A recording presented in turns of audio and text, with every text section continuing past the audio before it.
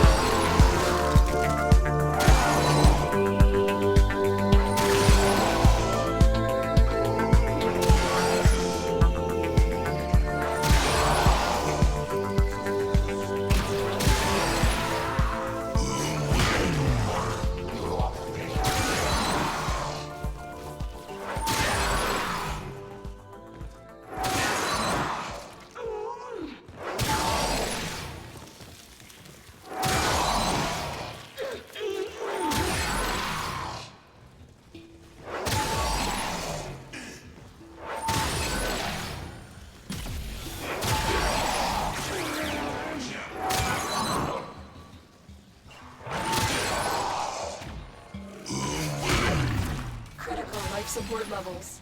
Extraction is your best option.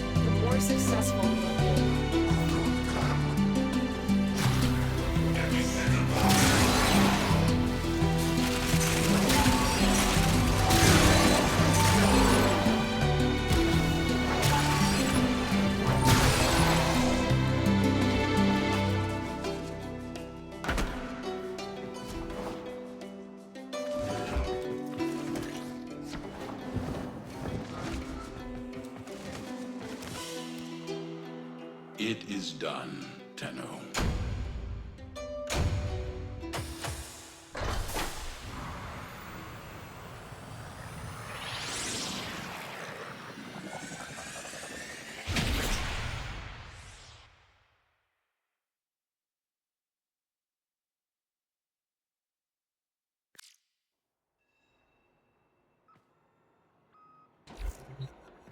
Don't laugh. But this? I think this is the happiest I've ever been.